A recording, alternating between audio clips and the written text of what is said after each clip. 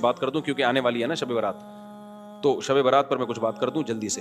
دیکھو شب برات کے بارے میں بسم اللہ الرحمن الرحیم، شب برات کے بارے میں چند چیزیں مشہور ہیں. نمبر ایک، شب برات کو فیصلے ہوتے ہیں تقدیر کے، تو قرآن میں صاف طور پر ہے کہ یہ لیلۃ القدر میں ہوتے ہیں. قرآن کے خلاف جو روایات ہیں وہ اتنی مضبوط نہیں ہیں، قرآن کے نے واضح کر دیا ہے، تو وہ لیلۃ القدر میں ہوتے ہیں. دوسری بات شب برات کے بارے میں کہ اس میں قرآن نازل ہوا تھا، تو وہ بھی قرآن کیا کہہ رہا ہے، لیلۃ القدر میں ہم نے نازل کیا ہے. تو وہ کمزور بات ہے شب برات میں قرآن کا نازل ہونا. اگرچہ علماء نے تعویلات کی ہیں کہ آسمان دنیا پہ آیا، اور لیکن کیا ضرورت ہے اتنی قرآن کے مقابلے میں جب کوئی صحیح حدیث بھی نہیں ہے، تو پھر کیوں ہم اتنی وہ بہت ہی کمزور روایتوں کو کیوں اتنا ہم لفٹ کرائیں. تو سیدھا سیدھا جو یقینی چیز ہے اس کو لے لو. قرآن کہہ رہا ہے لیلۃ القدر جو ہے نا، جو رمضان کے آخری عشرے میں ہوتی ہے، اس میں ہم نے قرآن کو نازل کیا. تو سال بھر کے فیصلے بھی کب ہوتے ہیں؟ شب برات میں نہیں ہوتے، بلکہ رمضان کے آخری عشرے میں ہوتے ہیں. جو لیلۃ القدر ہے اس کی ویلیو ہے لیلۃ القدر، وہ خاندانی رات ہے.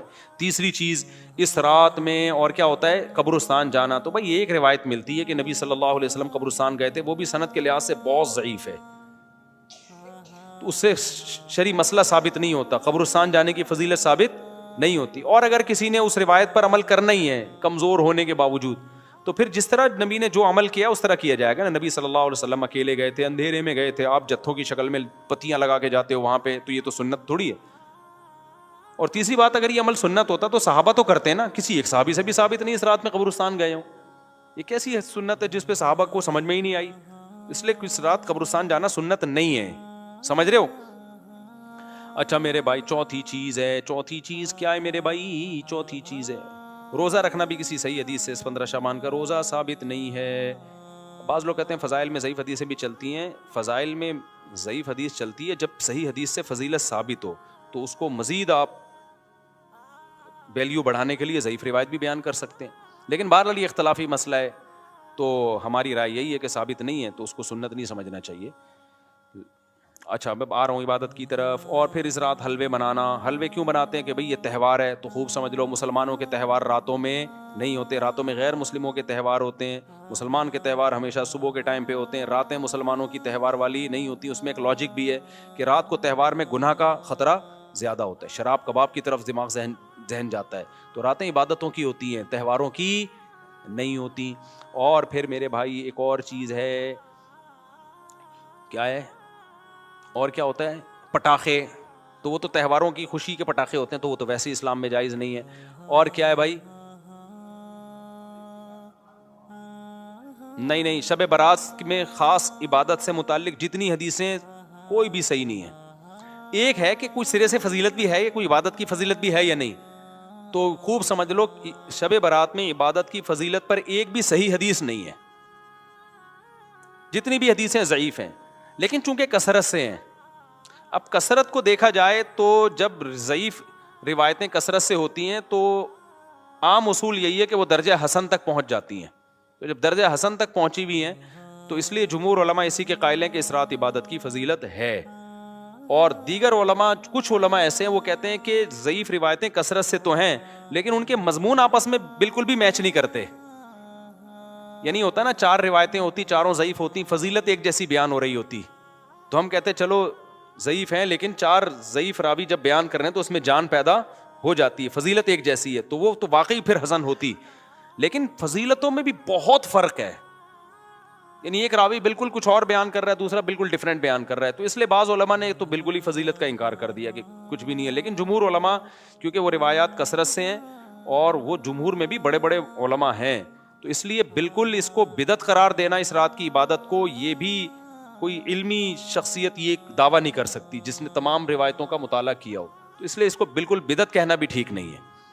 تو اگر کوئی عبادت کرنا چاہے تو امید ہے اللہ کی رحمت سے اس کو اس رات ثواب دوسری راتوں سے زیادہ ملے گا. لیکن اگر کوئی عالم اس کی فضیلت کا بالکل انکار کرنا چاہے تو اس کو بھی برا بھلا کہنا ٹھیک نہیں ہے. انکار کی بھی ایک ریزن ہے اور فضیلت کی بھی ایک ریزن ہے. تو اب جب علماء میں اختلاف ہوتا ہے تو عوام کا کام یہی ہوتا ہے کہ جمہور کی رائے کو فالو کرے، وہ 1.5 اینٹ کی الگ سے مسجد بنانے کی کوشش نہ کرے. عوام کا یہی کام ہے. لیکن اگر کوئی عالم انکار کر رہا ہے تو اس پہ طنز نہ کرے، لیکن جو انکار کر رہا ہے اس کو بھی چاہیے دوسروں کے احترام کے ساتھ انکار کرے، بدعتی کہہ کے ان کو کہہ کہ یہ بدعت ہیں، یہ ضعیف حدیثوں پر عمل کرتے ہیں، تو یہ اس کی علامت ہے کہ آپ نا جس چیز کی جتنی حیثیت ہے اس کو اس کی حیثیت سے زیادہ گھٹا رہے ہو یا زیادہ بڑھا رہے.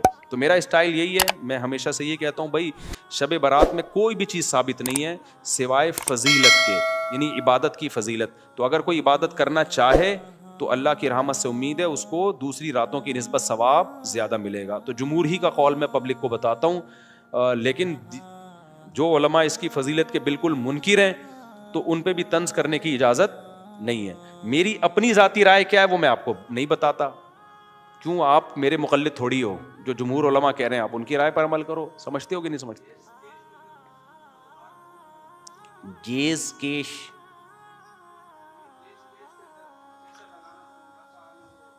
ہاں تو کیش میں پیسہ لگاتے ہیں، منافع کیسے آتا ہے اس میں؟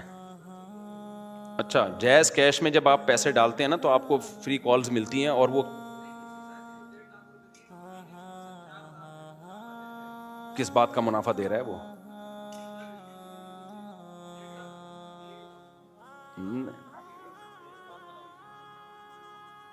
نہیں یہ تو جائز نہیں ہے نا. وہ کوئی بزنس کرے اس میں پرسنٹیج کے حساب سے پیسے دے آپ کو. وہ 4,000 نہیں دیتے، وہ کال کے ڈسکاؤنٹ دیتے ہیں. بھائی وہ کال پہ وہ آپ کو جو کالز دیتے ہیں وہ سستی کالز دے دیتے ہیں اگر آپ ایڈوانس میں پیسے جمع کرا دے تو. یہ تو جائز ہے، لیکن کیش رقم اگر آ رہی ہے نا ہاتھ میں 1.5 لاکھ کے بدلے میں تو وہ جائز نہیں ہے. سمجھ رہے ہو؟ تو یہ شب برات سمجھ میں آ گئی کہ نہیں آ گئی؟ اچھا، یہ ویسے بھی ایک بات شریعت کا مزاج ذہن میں رکھو، جس رات کی بہت زیادہ فضیلت ہوتی ہے نا یا جس ٹائم کی، تو شریعت کی عادت یہ ہے کہ اس میں احتمال ڈال دیتی ہے.